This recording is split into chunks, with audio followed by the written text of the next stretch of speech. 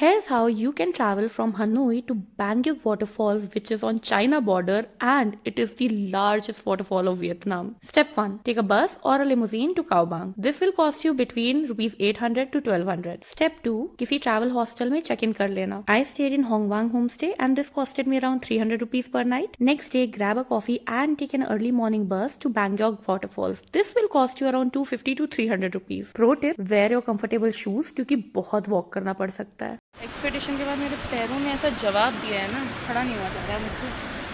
Experience this beautiful waterfall where your one foot will be in Vietnam and one in China. Now last bus from Bangkok is at 4:55 p.m. so don't miss that. Okay, toodles.